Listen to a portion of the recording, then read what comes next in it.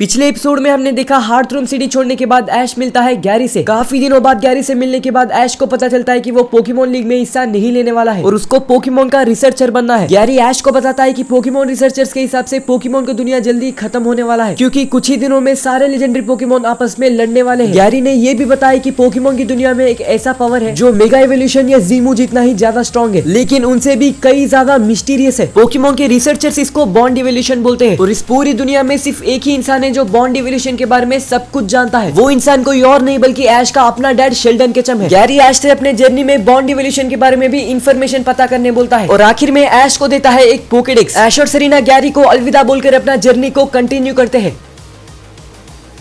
Gary को अलविदा बोलने के बाद ऐश और सेरेना काफी दूर आ चुके हैं। ये दोनों एक ऐसे शहर के तलाश में है जहाँ पर पोकेमोन जिम और कॉन्टेस्ट हॉल हो। जंगल में जा रहे इन दोनों को एक आवाज सुनाई देती है। सेरेना ऐश से बोलती है, ऐश मुझे कुछ अजीब सा आवाज सुनाई दे रही है। ऐश बोलता है, मुझे भी सुनाई दे रही है। आगे जाने पर ये साउंड और भी तेज हो रहा है। ऐश बोलता है, ये अजीब सा साउंड तो आगे बढ़ते हुए और ज्यादा हो रहा है और अब ये काफी डरावनी भी है। सेरेना इस आवाज को गौर से सुनती है तो उसको पता लगता है कि ये समंदर के लहरों का आवाज है। वो ऐश से बोलती है, ऐश शायद हम समंदर के किनारे पर आ चुके हैं। ऐश बोलता है, चलो आगे चलकर देखते हैं। कुछ देर आगे चलने के बाद ऐश और सेरेना को एक शहर दिखता है, एक बहुत ही सुंदर सा शहर जिसके आगे बहुत बड़ा समंदर है और उस शहर का नाम है ड्यूफोर्ड। अपने ऐश और सेरेना आ चुके हैं ड्यूफोर्ड सिटी में। सेरेना बोलती है, ये शहर और ये समंदर बहुत बढ़िया है। ऐश बोलता है, हाँ, और यहाँ पर काफी सारे अलग अलग पोकेमोन भी है। सेरेना ऐश से बोलती है, ऐश इस शहर को थोड़ा हम एक्सप्लोर कर लेते हैं। ऐश बोलता है, हाँ बिल्कुल, ये शहर मुझे बहुत इंटरेस्टिंग लग रही है। ऐश और सेरेना ड्यूफोर्ड सिटी के बीच को एक्सप्लोर करते हैं और वहाँ के नजारे का मजा लेते हैं। तभी ऐश वहाँ देखता है कि इस शहर में एक पोकेमोन का जिम भी है और थोड़ी दूर आगे जाने के बाद समंदर के किनारे ऐश और सेरेना को दिखता है एक शिप का पोर्ट और उस पोर्ट में बहुत बड़े शिप्स है जो कुछ देर में समंदर में निकल जाएंगे। उन शिप्स को देखकर सेरेना बोलती है, ऐश लगता है हमें अगला शहर को इन्हीं में जाना होगा। ऐश बोलता है, तब तो बहुत मजा आने वाला है। बचपन से ही मेरा मन था एक दिन शिप में ट्रैवल करने का, शायद आज ये सपना सच होने वाला है। तभी सेरेना बोलती है, ऐश मुझे ये शहर बहुत अच्छा लगा है। ऐश बोलता है, मुझे भी, मैंने पहली बार अपनी लाइफ में समंदर देखी है। मुझे कुछ देर और इस समंदर को देखना है, लेकिन अभी मुझे जाकर यहाँ के जिम लीडर से बैटल करनी है। तभी वहाँ से एक आदमी आता है और बोलता है, ये नहीं हो सकता, तुम आज जिम लीडर के साथ बैटल नहीं कर सकते। ऐश उस आदमी से पूछता है, क्यों नहीं? तो वो आदमी बोलता है, क्योंकि आज है फाइटिंग पोकेमोन का टूर्नामेंट। ऐश पूछता है, फाइटिंग पोकेमोन का टूर्नामेंट? वो आदमी बोलता है, ड्यूफोर्ड सिटी में हर महीने एक टूर्नामेंट चलता है। जिम लीडर को मिलाकर जितने भी ट्रेनर्स इस शहर में है वो सारे अपने अपने फाइटिंग टाइप पोकेमोन लेकर इस टूर्नामेंट में पार्टिसिपेट करते हैं। इसीलिए आज जिम लीडर तुम्हारे साथ बैटल नहीं कर सकता, लेकिन तुम उनके साथ बैटल कल कर सकते हो। ये सुनकर ऐश बोलता है, तो मुझे अब कल तक वेट करना पड़ेगा। तभी वो आदमी बोलता है, तुम शायद पोकेमोन के ट्रेनर हो। ऐश बोलता है, हाँ, मैं एक पोकेमोन ट्रेनर हूँ, मेरा नाम ऐश है और ये है सेरेना। तभी वो आदमी बोलता है, मैं इस शिप का कैप्टन मार्कस हूँ। ऐश, तुम पोकेमोन की ट्रेनर हो, इसीलिए मैं तुम्हें एक बात बताना चाहता हूँ। कुछ ही दिन पहले यहाँ पर एक बहुत ही ज्यादा स्ट्रॉन्ग पोकेमोन ट्रेनर आए थे। जहाँ तक मुझे पता है वो पोकेमोन के चैंपियन है। वो पोकेमोन ट्रेनर अभी भी इसी शहर में है। ये सुनकर अपना ऐश बहुत खुश होता है। वो बोलता है, एक पोकेमोन चैंपियन से मिलना बहुत बड़ी बात है, मुझे अभी उनसे मिलना है। तभी मार्कस बोलता है, उनको आगे के गुफा में होना चाहिए। ऐश बोलता है, बताने के लिए बहुत बहुत शुक्रिया, हम अभी जाकर उनसे मिलकर आते हैं। ये बोलने के बाद ऐश और सेरेना जाते हैं गुफा की तरफ। ड्यूफोर्ड सिटी के अंदर एक बहुत ही बड़ा और अंधेरा गुफा है और उसी के अंदर अब हमारे ऐश और सेरेना जा रहे हैं। उस केव के अंदर जाते समय ऐश और सेरेना को लगता है कि कोई उनका पीछा कर रहा है। ऐसा लगता है कि कोई उनको फॉलो कर रहा है, लेकिन अपने ऐश और सेरेना इस चीज को इग्नोर करते हैं और जाते हैं गुफा के अंदर। अंदर जाने पर पता चलता है कि गुफा बहुत बड़ा है। सेरेना बोलती है, ऐश ये गुफा बिल्कुल भूल भुलैया की तरह है। ऐश बोलता है, मुझे तो ये पता नहीं चल रहा है कि पोकेमोन के चैंपियन यहाँ क्यों ही आए होंगे। कुछ देर और गुफा के अंदर जाने के बाद ऐश और सेरेना उस भूल भुलैया जैसे गुफा के अंदर फंस जाते हैं। ना ही उनको आगे जाने का रास्ता मिल रहा है और ना ही उनको बाहर आने का। ऐश और सेरेना को समझ नहीं आता क्या करना है। तभी उनके आगे आता है एक एरॉन पोकेमोन जो ऐश और सेरेना पर लगातार हमला करते ही जा रहा है। गुफा के अंदर वाले पोकेमोन दूसरे पोकेमोन से ज्यादा अग्रेसिव है और उन पोकेमोन को कोई भी बाहर वाला ट्रेनर पसंद नहीं है, जिसकी वजह से वो एरॉन ऐश और सेरेना पर हमला कर रहा है। ऐश अपने पिकाचू से बोलता है क्विक अटैक यूज करने। जंगली एरॉन पर पिकाचू क्विक अटैक यूज करता तो है, लेकिन उसको उतना डैमेज नहीं लगता। लेकिन एरॉन जो हमले कर रहा है पिकाचू पर, उससे पिकाचू को बहुत चोट लग रही है। ऐश का पिकाचू एरॉन के हमलों की वजह से ऑलमोस्ट बेहोश होने वाला है। ऐश और सेरेना को बिल्कुल भी समझ नहीं आ रहा क्या करना है। एक तरफ ये समझ नहीं आ रहा है कि इस गुफा के बाहर कैसे जाना है और दूसरी तरफ एक जंगली पोकेमोन पिकाचू को हरा रहा है। इसी वक्त पर ऐश और सेरेना को एक आवाज सुनाई देती है। ऐश अपने बगल में देखता है तो उसको दिखता है एक 25 साल का लड़का जो अपने मेटाग्रॉस को साइकिक यूज करने बोलता है और एक ही साइकिक अटैक से जंगली एरॉन बेहोश हो जाता है।